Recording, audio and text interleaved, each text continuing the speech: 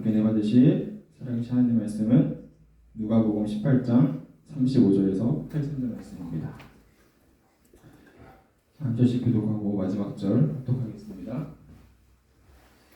여리고에 가까이 가셨을 때에 한 맹인이 길가에 앉아 꼴하다가 우리가 생각을 듣고 이 무슨 일이냐고 물으되 맹인이 그들이 나타낸 예수께서 지나가신다 하니 맹인이 외쳐이르되 바리새인아 예수여 나를 불쌍히 여기소서 하거늘 앞서 가는 자들이 그를 꾸짖어 잠잠하라 하되 그가 더욱 크게 소리질러 다윗의 자손이여 나를 불쌍히 여기소서 하는지라. 예수께서 머물러서서 명하여 데려오라 하셨더니 그가 가까이 오매 물어 이르시되 내게 무엇을 하여 주기를 원하느냐 이르되 주여 보기를 원하나이다. 예수께서 그에게 이르시되 보라 내 믿음이 너를 구원하였느니라 하시매 곧 보게 되어 하나님께 영광을 돌리며 예수를 따르니 백성이 다 이를 보고 하나님을 찬양하니라. 아멘. 할렐루야. 다시 한번 예배자리에 나오신 여러분을 환영을 축복합니다. 하루 일과를 마치시고 오느라 많이 지치고 피곤하실 텐데 그럼에도 불구하고 예배 가운데 오신 여러분을 하나님께서 기뻐하심을 믿습니다. 네, 저도 요즘 이제 파트타임으로 일하고 있기 때문에 오랜 시간 일을 하지 않지만 일을 하시면서 신앙생활 하시는 분들의 노고와 헌신이 얼마나 대단한 것인지 조금이나 체감을 하고 있습니다. 이 자리에 혹은 유튜브를 통해 함께 예배하는 모든 분들에게 주님의 은혜와 평강이 함께 하시기를 축복합니다. 제가 크라이스트처치에 온 지 이제 한 8개월 정도 되어갑니다. 제가 여기 와서 놀랐던 것 중에 하나는 밤에는 정말 어둡다라는 것입니다. 네, 밤이 어두운 것은 당연한 거죠. 근데 제가 왜 놀랐다고 말씀을 드리냐면 제가 지금 홈스테이를 하고 있는데 저희 집이 이제 길가보다 조금 안쪽에 있어서 가로등이 이제 집까지 안 비치다 보니까 밤이 되면은 정말 어둡더라고요. 그래서 전등 스위치를 켜야만 앞을 볼 수 있을 정도로 많이 어둡습니다. 그러던 중에 하루는 이제 번뜩 떠오르는 생각이 이제 어두워서 아무것도 내 눈에 보이지 않을지라도 이제 모든 사물은 그 자리에 그대로 있다라는 것입니다. 이게 무슨 말인가 하면 내 눈에 보이지 않을 뿐 모든 사물은 제 위치에 있다라는 것이죠. 이제 이것을 신앙에 대입을 해보면 우리는 우리의 죄 때문에 우리의 눈이 가려워져서 예수님을 볼 수 없지만 예수님은 여전히 우리와 함께 하신다라는 것입니다.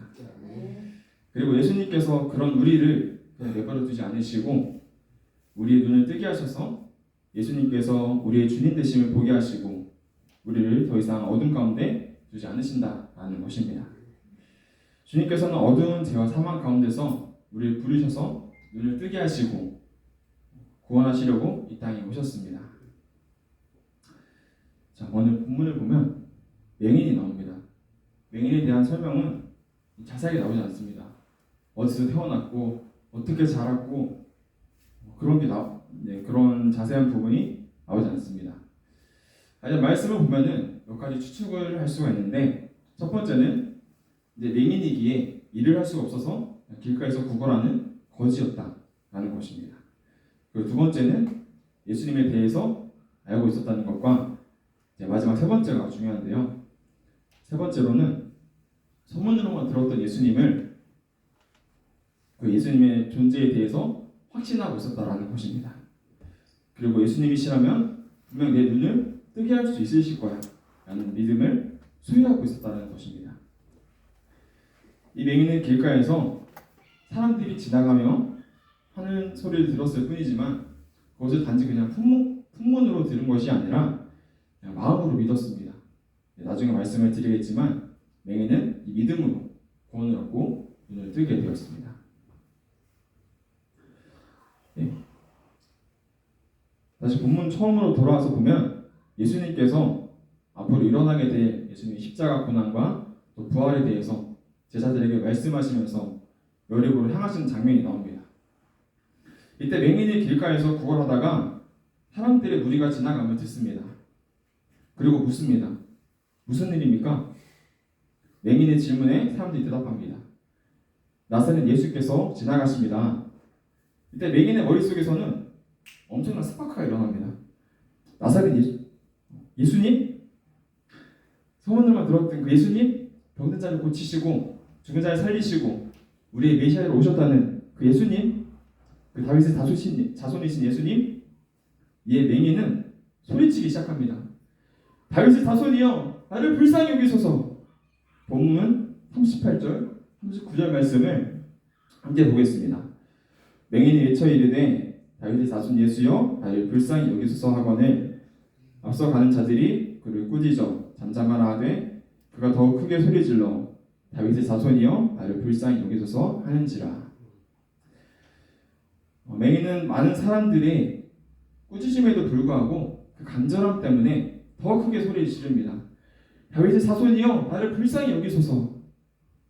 그가 얼마나 간절했을지 우리는 감히 상상할 수가 없습니다. 그리고 예수님은 그 맹인의 간절한 호소를 그냥 지나치지 않으시고 멈춰 서셔서 그를 데려오라고 명하십니다. 이때 본문에서는 나오지 않지만 마가복음 10장에서는 예수님 부르심에 맹인이 겉옷을 내버리고 뛰어 일어나 예수께 나아온다고 말씀하고 있습니다. 마가복음 10장 49절에서 50절 말씀을 제가 읽어드리겠습니다. 예수께서 머물러 서서 그를 부르라 하시니 그들이 맹인을 부르며 이르되 안심하고 일어나라 그가 너를 부르신 다음에 맹인이 겉옷을 내버리고 뛰어 일어나 예수께 나아가거늘. 자, 다시 한번 어떻게 나왔다고요? 어떻게 나왔다고요?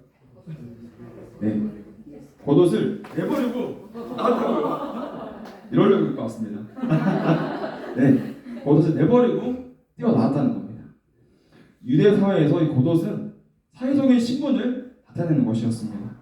그래서 맹인도 자신이 맹인임을 표시하는 겉옷을 걸치고 있었기에 비록 길가에서 빌어먹을지라도 하루하루 연명할 수 있었습니다. 그러나 맹인이면서 거지였던 이 바디메오는 자신의 생명과도 같은 겉옷을 벗어서 내버리고 예수님께로 뛰어나갑니다.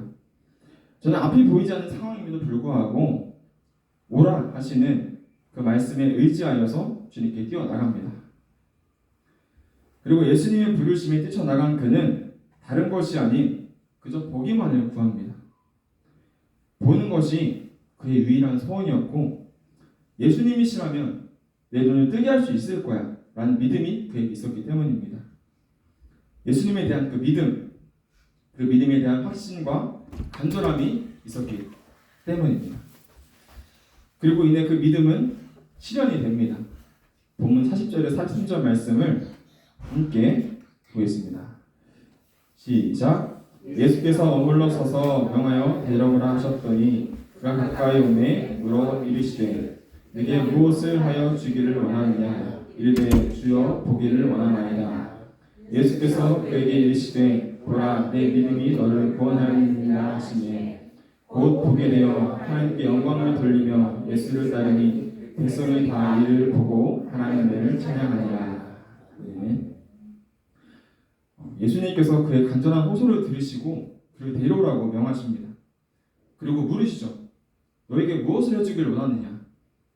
예수님이 정말로 그의 필요를 모르셔서 질문하신 걸까요?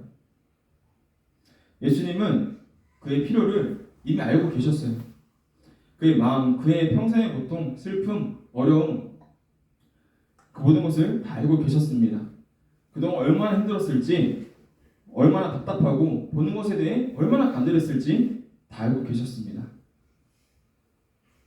그럼에도 가시던 걸음을 멈추시고 맹인을 부르셔서 무엇을 해주길 원하느냐 라고 물으신 이유는 그의 믿음을 확인하기 위해서입니다. 전지전능하신 하나님의 본체이시지만 본체이시기에 다 알고 계시지만 진정 그가 그의 의지로 예수님을 찾고 그 마음의 소원, 그의 믿음을 확인하고 싶으셨기에 질문하신 줄로 압니다. 그리고 그 맹인은 자신의 평생의 소원을 고백합니다. 주여, 보기를 원합니다. 맹인의 소원은 다른 것이 아니었죠. 그저 보기만을 원했습니다. I want to see. 그리고 그에게는 내 평생의 소원을 예수님이시라면 들어주실 수 있을 거야. 예수님이시라면 내 눈을 뜨게 할 수 있을 거야. 라는 확고한 믿음이 있었습니다. 이 예수님은 그 믿음을 보시고 보라, 내 믿음이 너를 구원하느니라 라고 말씀하십니다. This be your sight. Your face has healed you. 영어로 하려니까 많이 떨리네요. 자, 맹인의 보기를 원합니다 라는 그 소원에 예수님께서는 그래, 내게 시력을 주마. 내 믿음이 너를 낫게 했다. 너를 구원했다 라고 말씀하십니다. 맹인은 그저 보는 것에 대한 간절함으로 주님께 나아갔지만 주님은 그의 믿음을 보시고 단지 보는 것을 넘어서 구원까지 그에게 주십니다. 이것이 믿음의 힘인 줄로 믿습니다. 그리고 여기서 끝난 것이 아니라 눈을 뜨게 된 맹인은 하나님께 영광을 돌리고 예수님을 따랐고 이를 본 백성들도 하나님을 찬양했다라고 말씀하고 있습니다. 저는 믿음의 능력은 우리의 상상을 초월합니다. 우리는 단지 당한 문제만 해결되길 구하지만 예수님은 우리의 믿음을 보시고 우리의 문제를 해결해 주실 뿐만 아니라 이를 통해 복음이 전파되게 하시고 함께하는 모든 이들에게 하나님을 찬양하게 하십니다. 하나님을 찬양하는 영광스러운 일에 참여하게 하십니다. 오늘 함께 말씀을 통해 들었던 평생 동안 앞을 보지 못하며 구걸하며 살았던 이 맹인이 앞이 전혀 보이지 않는 암담한 상황과 환경 가운데 있었음에도 주님의 부르심에 믿음을 가지고 주님 앞에 나아갔던 것처럼 그리고 나아갔을 때 구원을 얻고 보게 되었던 것처럼 우리에게도 이러한 믿음이 있기를 간절히 소원합니다. 주님 안에서 오직 믿음으로 구할 때 주님께서 그 믿음을 보시고 응답하심을 믿습니다. 그 믿음을 붙잡고 나아가십시오. 또한 문제가 해결되고 간절히 구한 무언가가 이루어지는 것에서 그치는 것이 아니라 또 나아가서 하나님께 영광을 돌리며 경배하기 힘쓰는 저와 여러분이 되기를 소망합니다. 이 믿음은 마음속에서 원한다고 해서 그 믿음이 실현되지는 않습니다.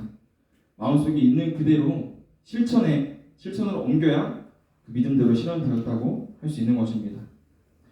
맹인이 보이지 않는 가운데서 단지 보기를 바랐을 뿐만 아니라 믿음을 가지고 주님께 나아가서 구했을 때 시력을 얻고 보게 된 것처럼 말이죠.